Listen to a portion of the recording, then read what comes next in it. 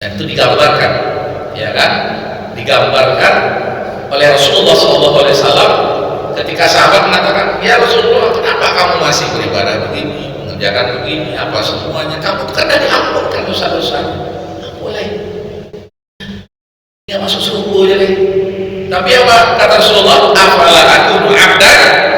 Aku ingin menjadi hamba, hamba yang pandai bersyukur. Ya, manusia, makanya banyak ulama mengatakan bersedekahlah selagi miskin. Ya, bersedekahlah sebelum engkau kaya, agar kemudian karakter itulah yang namanya syukur itu. Karakter syukur ketika melekat, begitu dikasih berapa saja, itu yang dilakukan oleh sahabat Nabi. Aku udah tamat 100 kitab. Wih, keren. Ya, begitu menyikapi soal Gaza, itu urusan mereka. Kacau, Pak. Ya. Aku sudah hafal kitab fikih ini. Terus ribut lagi soal adat yang namanya apa? Aku nafsu.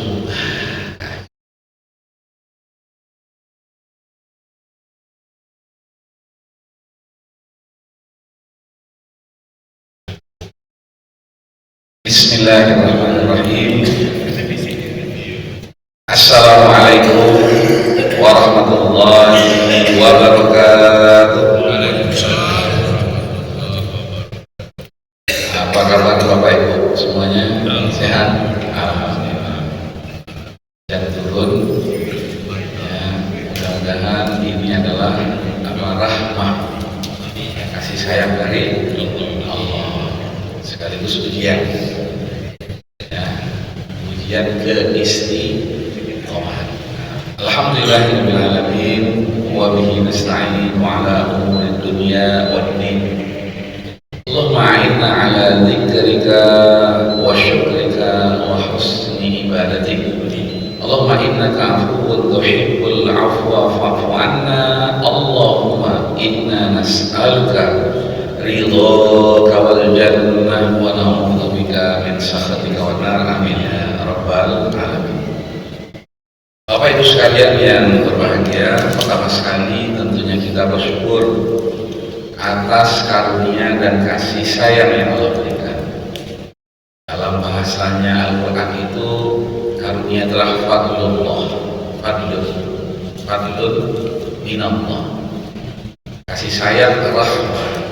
Dalam surat Yunus ayat 58, ya Allah sampaikan, qul bi fadlillahi wa bi rahmatihi fabidzalika falyafrahu huwa khairun mimma yajma'un. Kehadiran kita di sini sudah tepat pada waktunya. Karena apa? Karena ini bagian dari kasih sayang, dari karunia dan kasih sayang Allah. Karunia Allah yang pertama, masih diberikan kesempatan hidup, umur.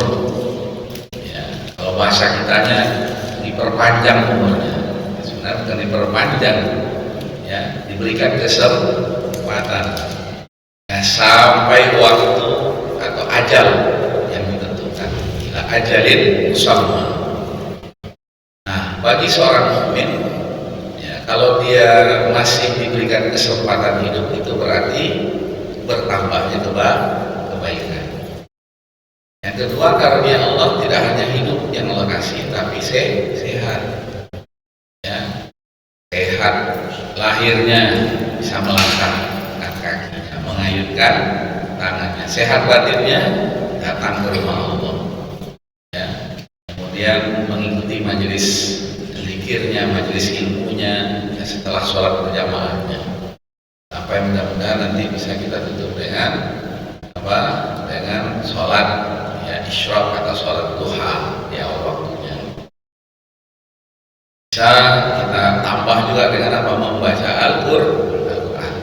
Lebih dari kita yang barangkali, ya, aktivitasnya nanti jam 9, 10 atau bisa lagi, bisa ditambah dengan, ya, tilawah Al-Quran atau mengkaji suatu kitab yang sudah diajarkan, dipelajari dengan guru-gurunya.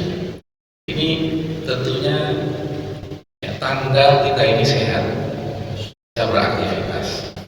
Nah, yang tidak kalah pentingnya karunia Allah itu fadlullah itu adalah apa? Ketaatan, taat pada Allah. Ya, tengok hujannya, masih hujan yang bisa di apa namanya? Ya, yang hujan yang masih bisa ditundukkan. Kecuali ya barangkali hujan lebat ya, secara hukum fikih ya kita bisa sholat di rumah.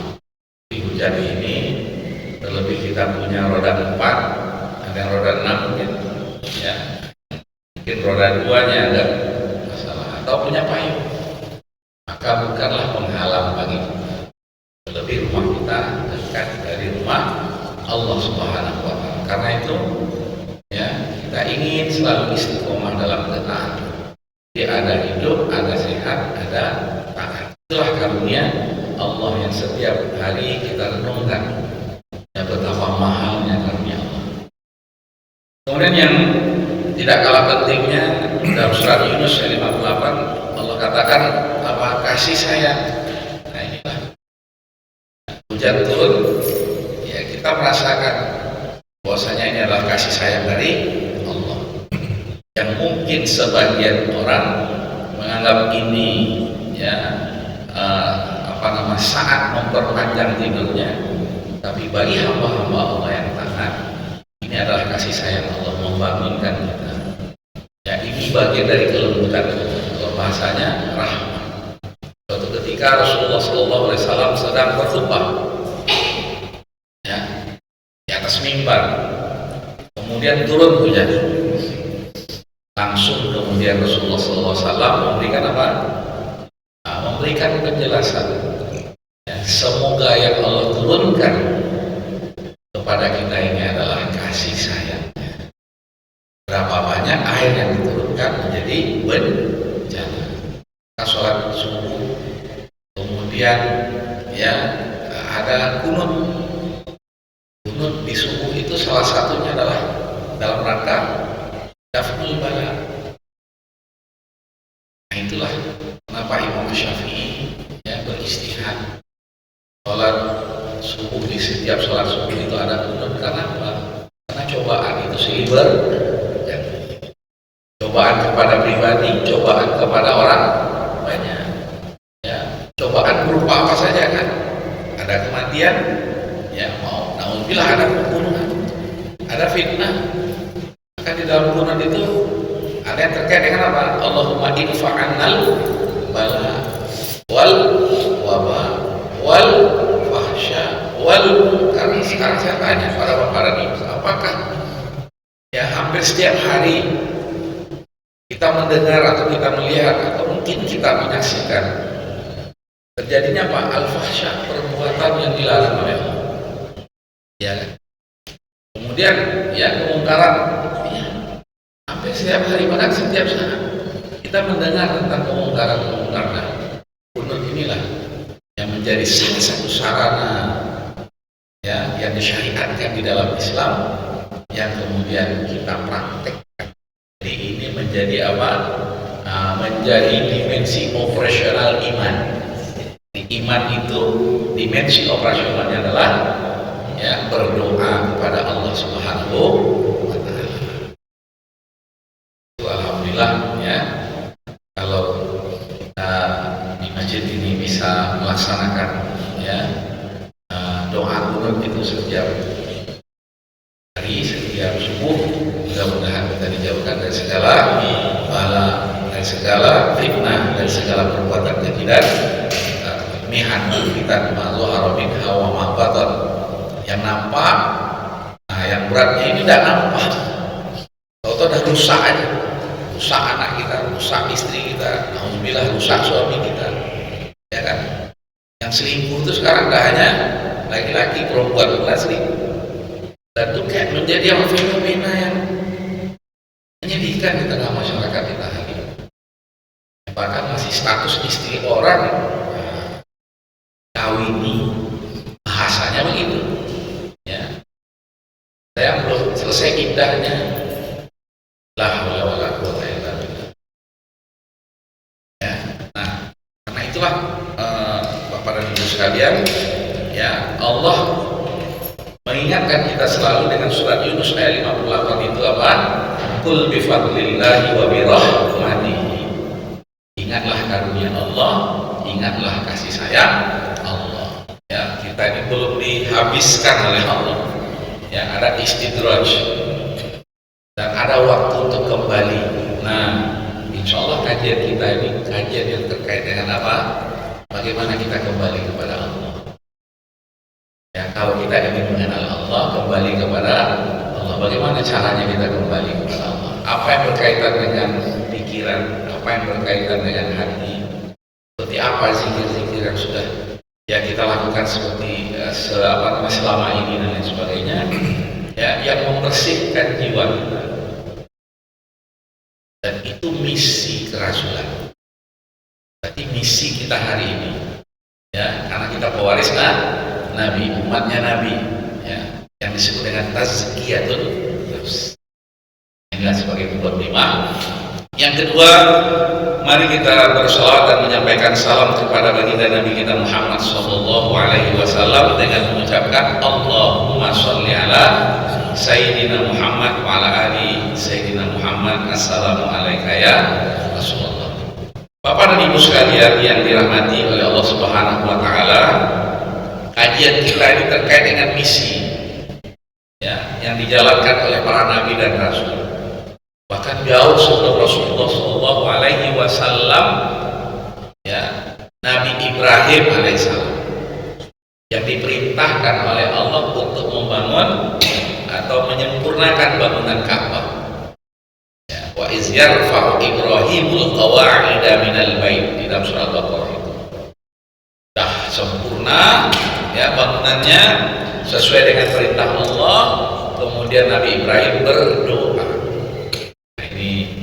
Ya, ajaran para nabi dan rasul itu, ya, melakukan amal-amal, kemudian jangan lupa berdoa, ya, sandarkan kembali kepada Allah Subhanahu wa taala. Rabbana taqabbal minna, minta agar apa-apa yang dilakukan itu diterima.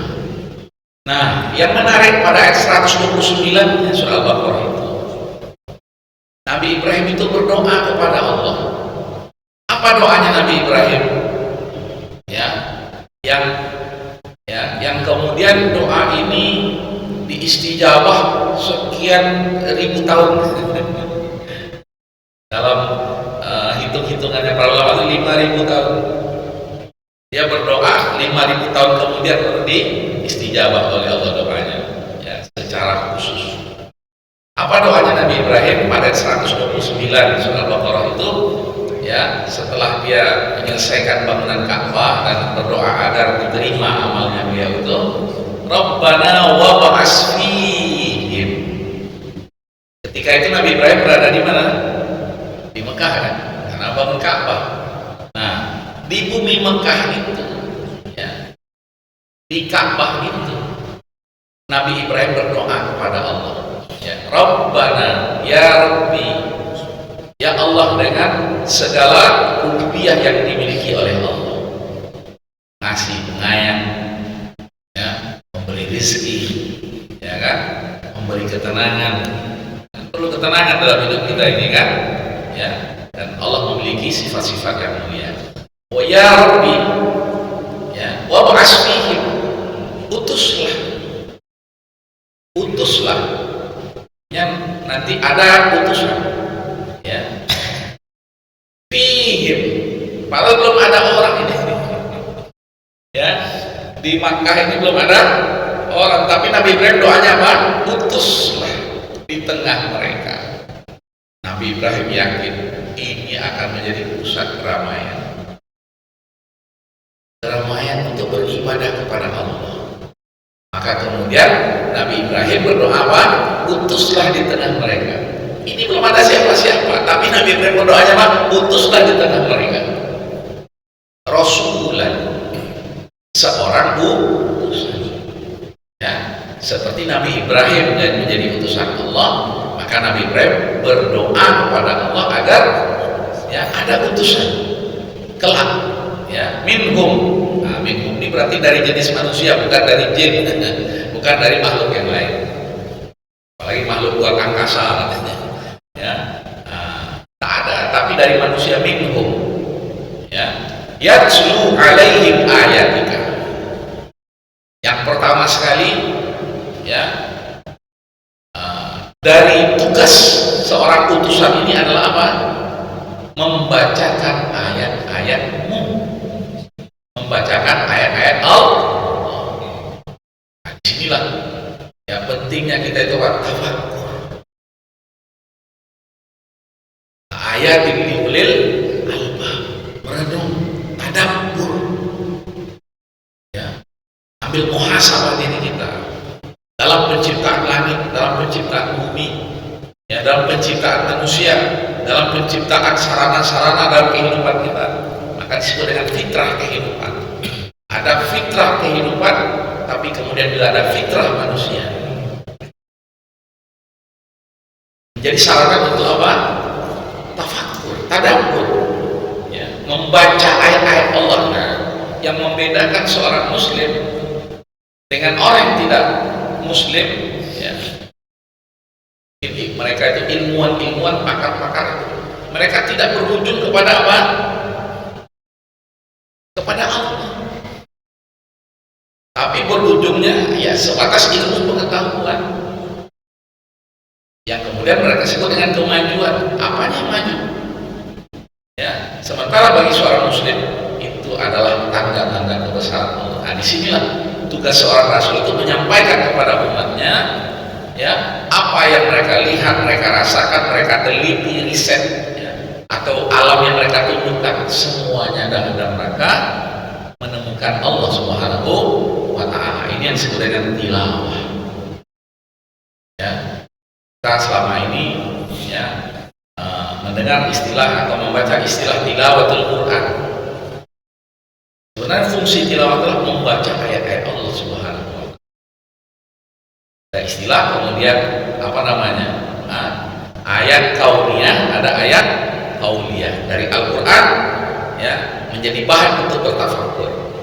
Tapi dari alam semesta ini, ya, menjadi apa? Sarana untuk bertafakkur kembali kepada Allah Subhanahu wa Ta'ala. Ada ayat kauniyah, ada kauliyah. Kauniyah berarti alam semesta yang terbentang. Kauliyah berarti yang Allah sampaikan di dalam Al-Quran. Ya, nah itu tugas yang pertama, membacakan ayat-ayat Allah. Ya. Jika setiap yang disampaikan oleh Nabi itu menarik. Bayangkan Pak dan Ibu sekalian, di awal-awal Nabi, ya, mendapatkan wahyu. Apa wahyu yang pertama itu? 5 ayat aja, ya kan? Hanya 5 ayat pendek aja.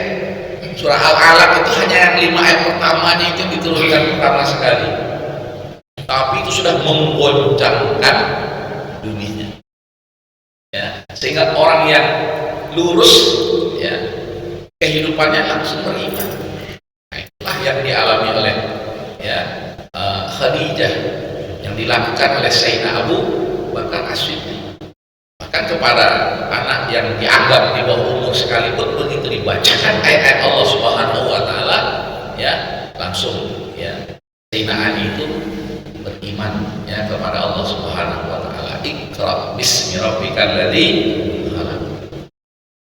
5 ayat disebut dengan ayat sulung. Kita punya anak, ya, 1, 2, 3, 4, 5 misalnya. Sekarang paling banyak anak berapa? Oh, kalau yang ada di sini banyak anaknya. Bapak banyak ya? Bapak 10? 15? 10 anaknya dari 2 istri. Ya, nah, apa namanya, ayat anak yang pertama disebut dengan anak sulung. Nah, ada istilah ayat sulung. Ayat sulung itu adalah 5 ayat yang pertama. 5 ayat yang pertama dikunci. Nah, kalau ingin memahami Al-Quran, memahami kehidupan dari Al-Quran, pahami 5 ayat kunci. Itu yang membuat Abu Bakar itu beriman, sebagaimana istri Rasulullah SAW beriman. Ya, ayat kunci yang pertama apa? Iqra. Ya, kunci yang kedua, Rabbuka. Kunci yang ketiga, Khalaqa. Kunci yang keempat, Al-Insan. Kunci yang kelima, Alam. Nah, itu dia. Nah, ini yang menarik sebenarnya. Ya, itu dijelaskan oleh masyayikh kita.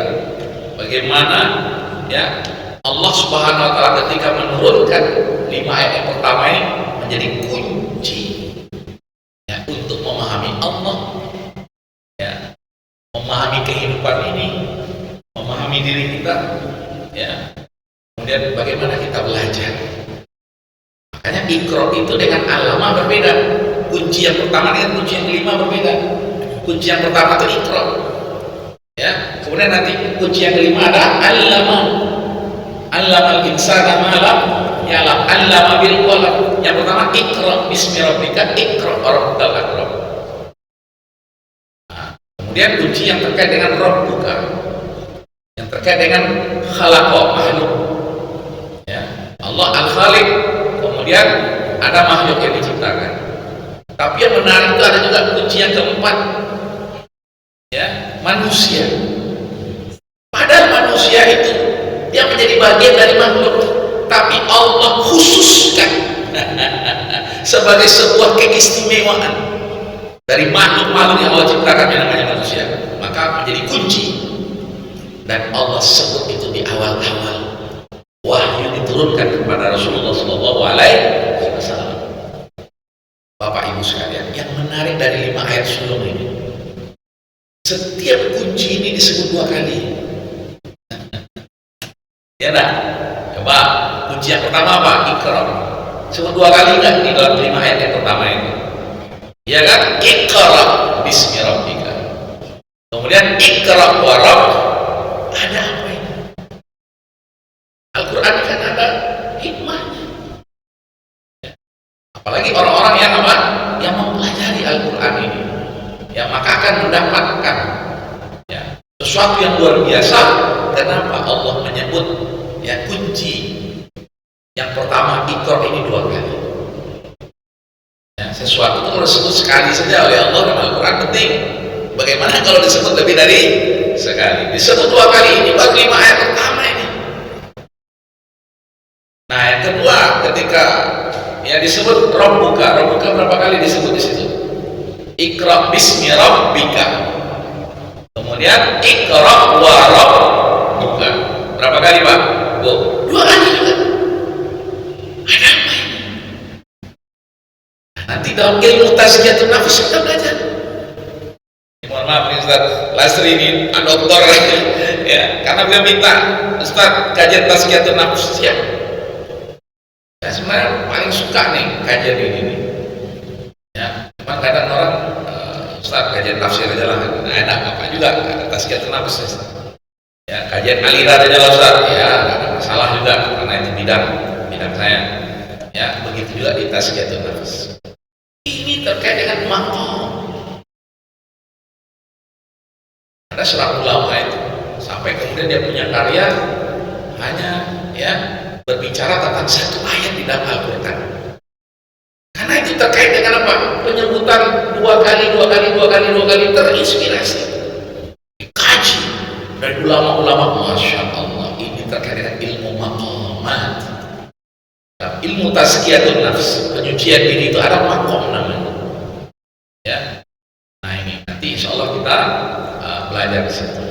Nah, Rabbuka disebut 2 kali kan? Tangga-tangga menuju Allah itu memang, ya, butuh levelingnya, level-levelnya. Ya, membangun diri ini mengenal Allah itu juga butuh level-levelnya. Maka mohon maaf kalau kita mengajarin orang tentang Allah, mengenal Allah itu langsung ke level yang keempat misalnya, seperti anak masuk SD langsung kelas 4, belum pandai tulis baca apa semua langsung kelas 4. Perkalian yang sudah misalnya, ya, atau pohon apa namanya, pohon prima, bilangan prima, ya, pusing, ya. Maka di sini isyarat, ya, dalam ilmu mengenal Allah, dalam ilmu memahami tadi Iqra, ya, dalam ilmu mengenal Allah. Nah, kemudian yang ketiga disebut juga kunci apa? Khalaqa. Khalaqa berapa kali disebut? Iqra bismi rabbikal ladzi khalaq. Kemudian khalaqal insana min 'alaq. Berapa kali? 2 kali. Tentang yang terkait dengan makhluk disebut 2 kali oleh Allah. Itu yang membuat Rasulullah itu bergetar ketika ayat-ayat ini diturunkan ya kepada Rasulullah Shallallahu Alaihi Wasallam, yang semestinya ayat ini begitu sampai ke kita menggetarkan kita. Tuliyat alaihim ayatul zadatuhum iman. Nah, kunci yang keempat adalah manusia. Allah sebut di situ juga 2 kali. Ya, apa di situ? Ya, Iqra bismi rabbikal ladzi khalaq, khalaqal insana. Satu, manusia ini dari apa? Dari mana? Kan gitu kan? Nah, khalaqal insana min alaq. Ya, hal-hal yang secara fisik itu dijelaskan oleh Allah. Alaq. Kemudian berada di dalam kandungan. Ya, berproses. Wah, sekarang penelitiannya udah luar biasa lah, tak perlu disebut di sini. Tapi kemudian ketika bicara lagi tentang manusia, khalaqal insana min alaq, terus khalaqal insana min alaq, iqra wa rabbukal akram alladzi 'allama bil qalam. Nah, ini yang menariknya ini. Terkait dengan manusia ini disebut setelah kunci yang kelima. Apa kunci? Ya, apa penyebutannya di sini yang kedua? Ya, khalaqal insana min alaq, iqra wa rabbukal akram alladzi 'allama bil qalam, 'allamal insana. Inilah makom-makom manusia. Kemudian dalam ilmu tazkiyatun nafas, ya, sampai kepada level 2 level. Memang dia menjadi perdebatan para ulama, tapi ini makom tertinggi. Dari tangga-tangga menuju Allah, mengenal Allah. Ini memang langka hari ini. Karena hari ini sibuk dengan apa?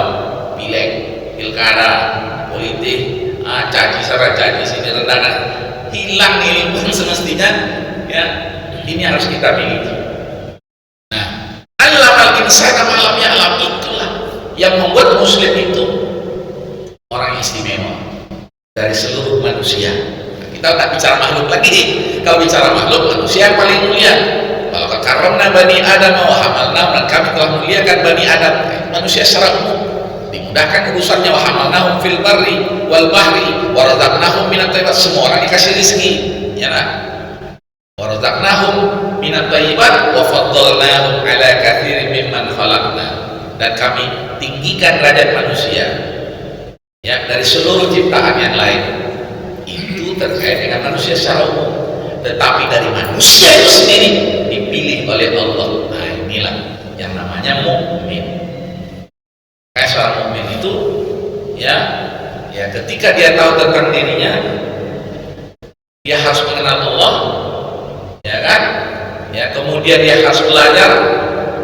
Kemudian seorang mukmin mengatakan wa man ahsanu qaulan mimman da'a ila Allahi wa amila sholihan. Seorang mukmin ketika dia mengeluarkan suatu perkataan atau pernyataan, ahsan qaulan mimman da'a ila Allah, apalagi mengajak orang lain, yang menginformasikan sesuatu yang penting kepada orang lain tentang Allah, tentang alam semesta, tentang manusia, tentang kehidupan, kan?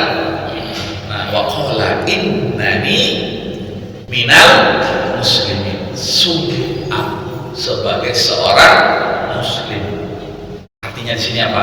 Orang yang selalu berserah diri, orang selalu tunduk dan patuh hanya kepada Allah Subhanahu wa taala. Hanya makom manusia itu sampai kepada makom apa? Ya, begitu dia melewati fase-fase, nanti kita jelaskan fase-fasenya, sampai kepada makom takwa. Dan di takwa itu ada namanya la'allakum tasykurun, syukur. Dan itu digambarkan, ya kan?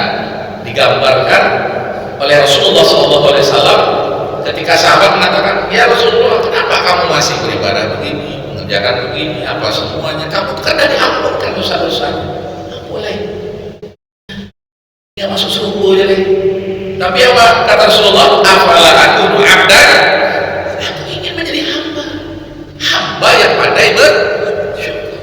Dan itu juga yang dilakukan oleh para nabi dan rasul sebelum Rasulullah Shallallahu Alaihi Wasallam. Inna bukan lagi sebagai seorang hamba yang taat, tunduk dan patuh kepada Allah, tapi yang selalu membuka dirinya sampai celah-celah kehidupan yang terkecil dia ingin diketahui oleh Allah Subhanahu wa Ta'ala, dan semua nyatakan kepada Allah. Nah, ini syukur. La'allakum tashkurun. Dan sarana untuk bersyukur itu salah satunya apa? 1 bulan Ramadan. Ya kan? 1 bulan Ramadan. Makanya di dalam Al-Quran ayat 185 Allah katakan apa? Walitukmilul iddata, dan agar kalian menyempurnakan bilangan puasa kalian. Dan ternyata kan tidak hanya menahan diri ya. Sholatnya jalan, wajib jalan, sunnah jalan, berjamaah jalan. Kemudian zakatnya jalan, tapi sedekahnya juga jalan. Zakat itu hanya 2,5%, tapi sedekahnya nah, kita ini hari ini ya kan, kalau duitnya sedikit disedekahkan semuanya. Dapat duit 10.000, 50.000, sedekahkan 5.000, disedekahkan 10.000-nya. Nanti Allah kasih janji, akan gitu kita kan, dikasih 100.000 ya, mulai sedikit dikurangi, ya udah 50.000 untuk saya, 50.000 disedekahkan. Tapi begitu duit dikasih 1 juta, berapa yang disedekahkan? 50.000. Tadi dapat 100.000 disedekahkan 50.000, dapat 1 juta disedekahkan 50.000 juga, atau 100.000 tapi sudah 10%. Tapi begitu dapat 10 juta, berapa yang disedekahkan? Disedekahkan Ustaz, tapi ke mall Ustaz, ke online Ustaz. Nah, disedekahkan cuma ya itu 500.000. Begitu dikasih 1 miliar, oh bapak tuh banyak sedekahnya. Dia sekali sedekah itu ya 10 juta, tapi dari 1 miliar mana yang besar presentasinya? Punya 10.000 disedekahkan 5.000 dengan punya 1 miliar disedekahkan 50 juta gitu. Manusia, makanya banyak ulama mengatakan bersedekahlah selagi miskin, ya, bersedekahlah sebelum engkau kaya, agar kemudian karakter itulah yang namanya syukur itu. Karakter syukur ketika melekat, begitu dikasih berapa saja, itu yang dilakukan oleh sahabat Nabi, dilakukan oleh Abu Bakar, semuanya disedekahkan, lakukan oleh Umar, disedekahkan sebanyak-banyak ya.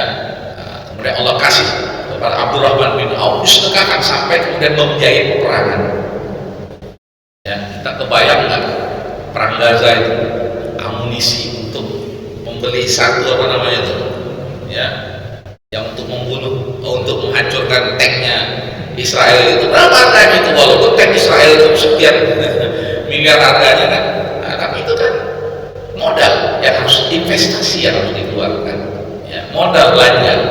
Nah, tapi ya kemudian mereka banyak makhluk-makhluk Allah yang kemudian bersedekah karena bersyukur tadi. Nah, ini sampai sekarang kok masih bertahan ini ya, saudara-saudara kita di Palestina, apa ceritanya ini masih bertahan mereka ini? Kan tak ada kan bendera putih kan, justru Israel yang bingung, padahal sekutu-sekutunya banyak. Ada yang sekutu terang-terangan, ada sekutu tersembunyi. Tapi ya tidak ada bendera putih, berarti perjuangannya lanjut dari 7 Oktober 2023. Nah, ini makom, ini terkait dengan makom. Dia sedikit, tapi Allah katakan wa nuridu an namunna, dan kami ingin memberikan minnah. Minnah ini adalah bentuk karunia Allah lebih tinggi dari nikmat. Ada ni'mah, ada minnah. Dan Allah sebut dalam surah Al-Qasas itu, dan kami selalu menginginkan memberikan minnah, karunia lebih tinggi dari nikmat. Alal ladzina stud'ifu, kepada orang-orang yang dianggap lemah. Yang menganggap lemah siapa? Israel. Yang menganggap lemah Amerika. Yang menganggap lemah musuh Allah. Dan kami ingin memberikan apa? Minnah, nikmat yang lebih tinggi dari nikmat.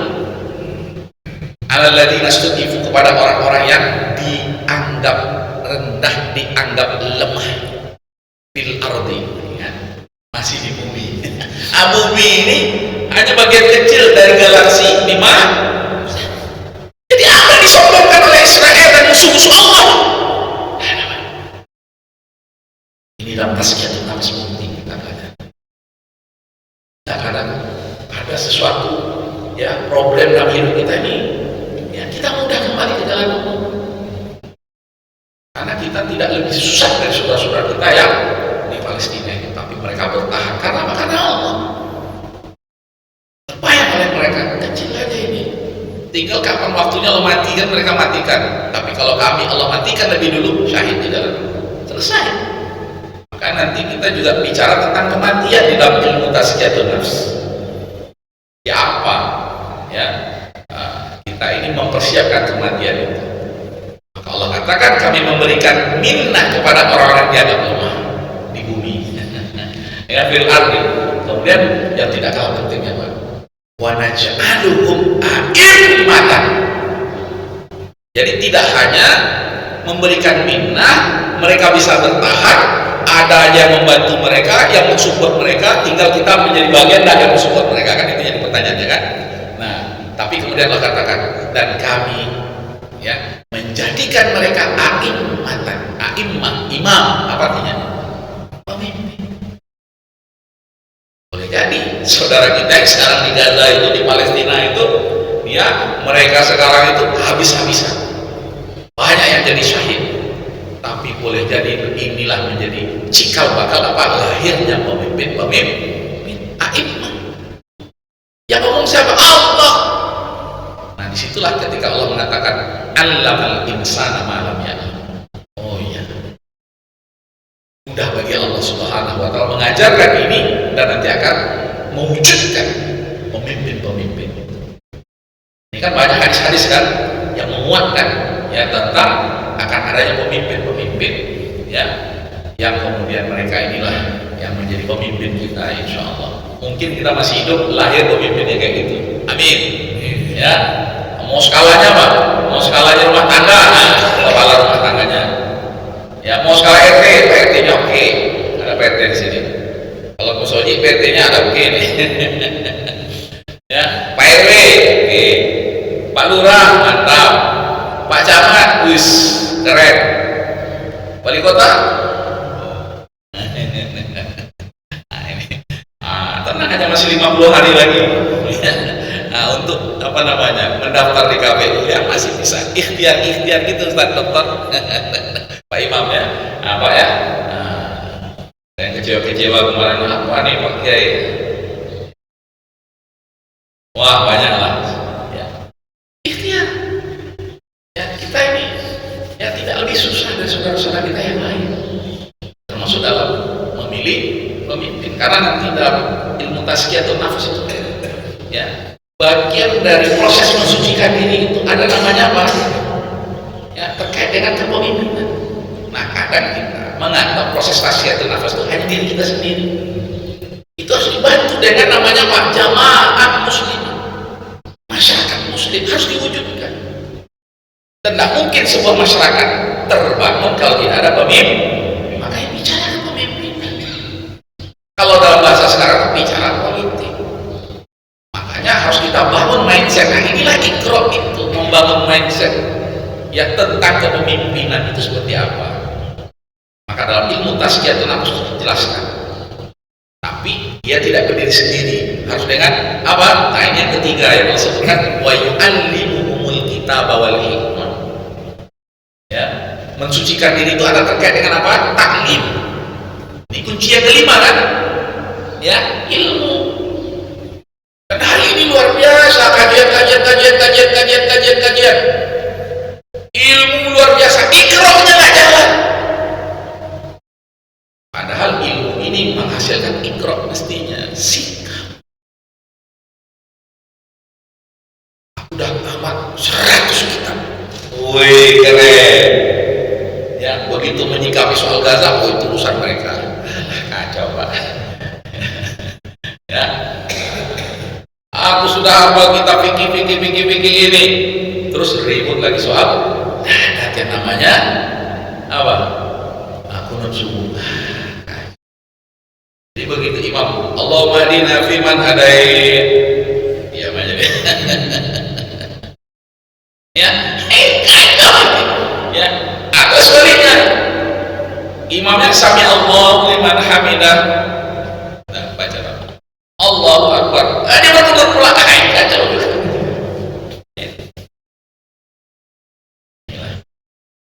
kita sikapi. Maka ikra ya, kunci yang pertama ini harus dikaitkan dengan pramuka, dikaitkan dengan makhluk khalaq, dikaitkan dengan manusia yang menjadi unsur utama yang istimewa, dan dikaitkan dengan apa? Ilmu. Ya, maka majelis-majelis ilmu kita ini harus menghasilkan amal. Karena rukun Islam itu 3 aja. Ya betul Bang. Ada yang protes rukun Islam 3, Ustaz, Pak Dokter? Ya, rukun Islam itu yang pertama syahadatu alla ilaha illallah, tauhid. Bukan uluhiyah, rububiyah, asma wa sifat. Ya, mau kajiannya apa? Sifat 20. Kenapa harus ribut-ribut? Udah selesai. Jangan diributkan lagi sekarang ini, tidak beramal nanti kita. Ya. Para ibu sekalian sudah selesai kajian itu. Ya, tinggal kemudian bagaimana kita mengimplementasikan itu dalam kehidupan kita. Ya, tauhid, rububiyah, uluhiyah, asma sifat atau sifat dan lain sebagainya tentang Allah. Intinya mengenal Allah. Maka dalam kajian tazkiyatun nafas kita tidak bicara masalah pembagian tauhid, tapi kita bicara mengenai apa? Mengenal Allah. Wujudnya Allah seperti apa, wujudullah seperti apa. Ya, nah kemudian ya, apa namanya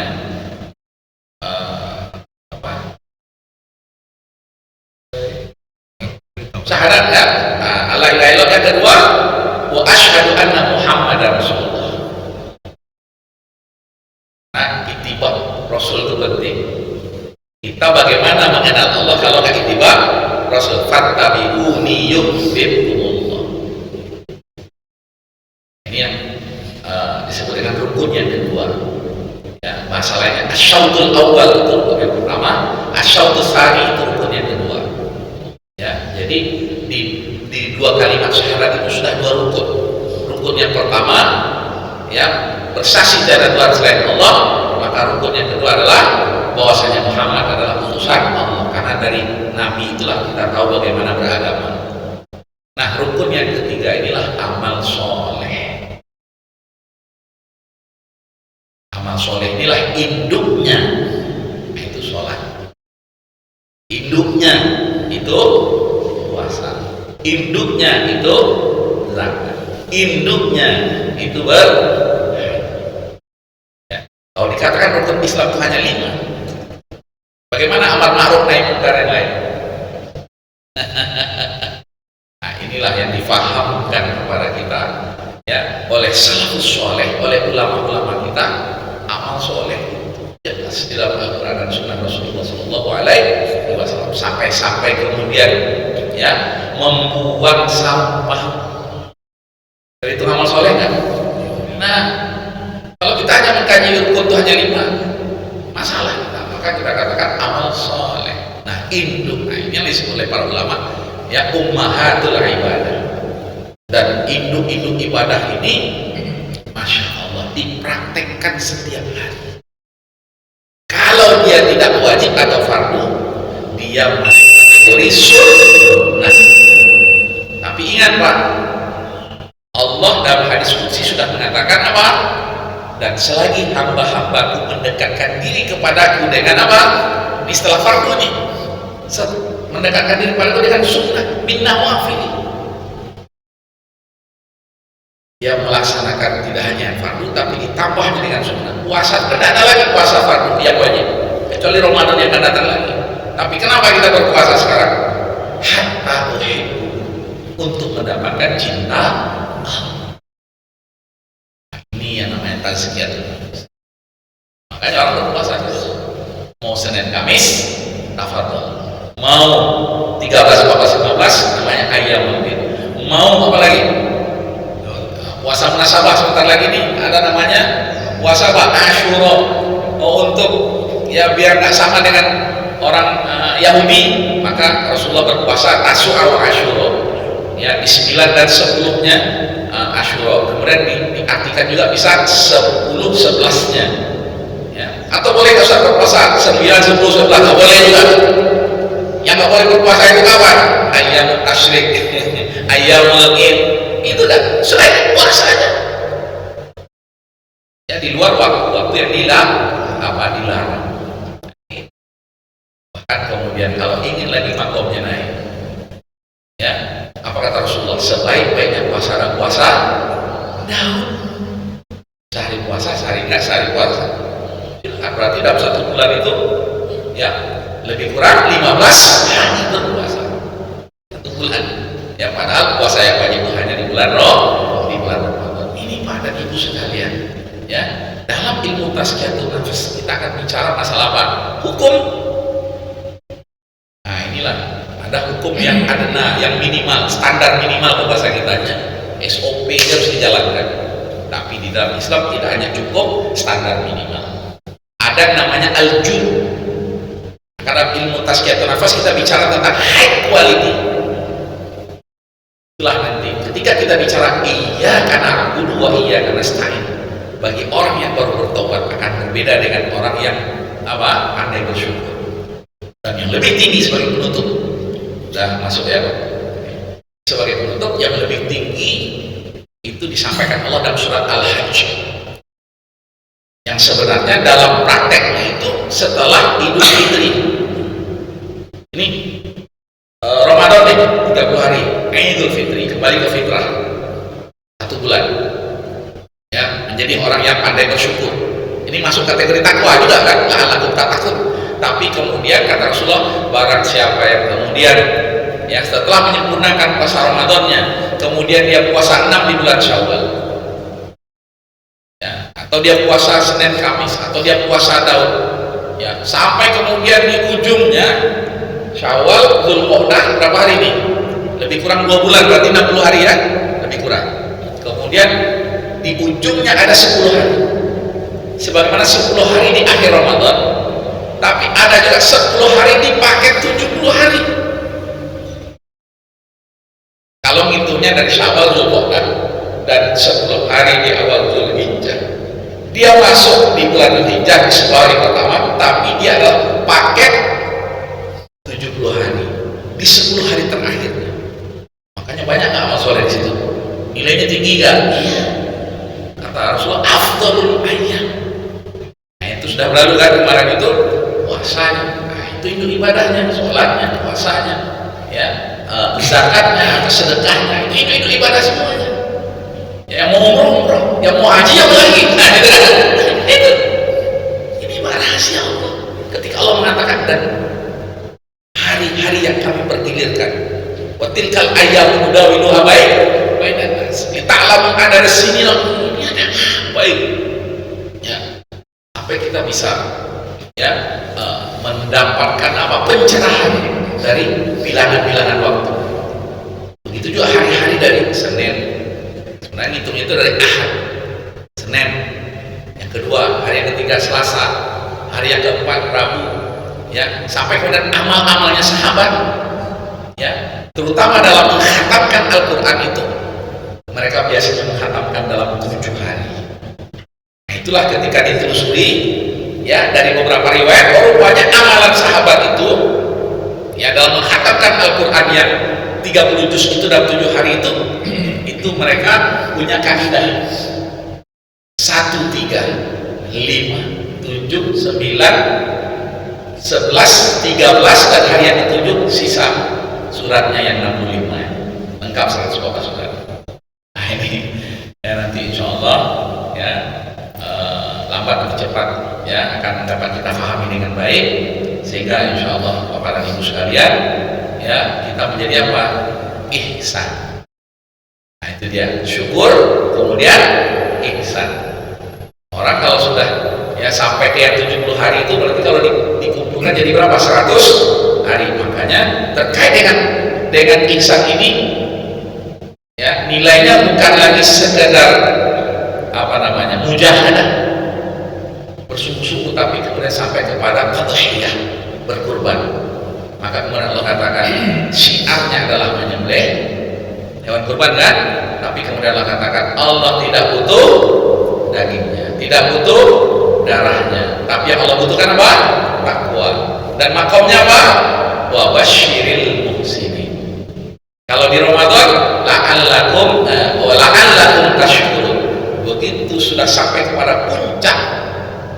ibadah yang dibarengi dengan pengorbanan, maka Allah mengatakan, ya, la yanallallahu luhumuha wala dima'uha walakin yanalu taqwa minkum dzalika sakhkharaha lakum, ya, sampai kemudian Allah katakan itu kabbirullah, agar kamu bertakbir kepada Allah. Dan takbir di Idul Adha sama dengan Idul Fitri.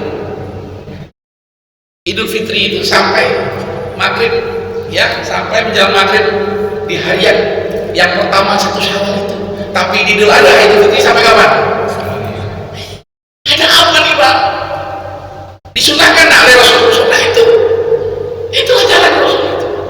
Makanya dulu dipahami, yang sekarang saya nggak tahu kok meleredok, ya, oleh guru-guru kita yang sampai ke kita apa? Hari Raya Godang, hari Idul Fitri atau Idul Adha? Itu perjalanannya 100 hari sampai kemudian organisasi sehabis pemilihan dibuatlah 100 hari kerja. Ya, 100 hari inilah modal untuk sisa hari yang sampai Ramadan yang berikutnya. Makanya Ramadan yang akan datang harus lebih baik dari Ramadan yang sekarang. Nah, inilah bagaimana dalam ilmu tazkiyatun nafas ada yang terkait dengan apa? Membersihkan diri dengan apa? Itulah dengan amal-amal soleh.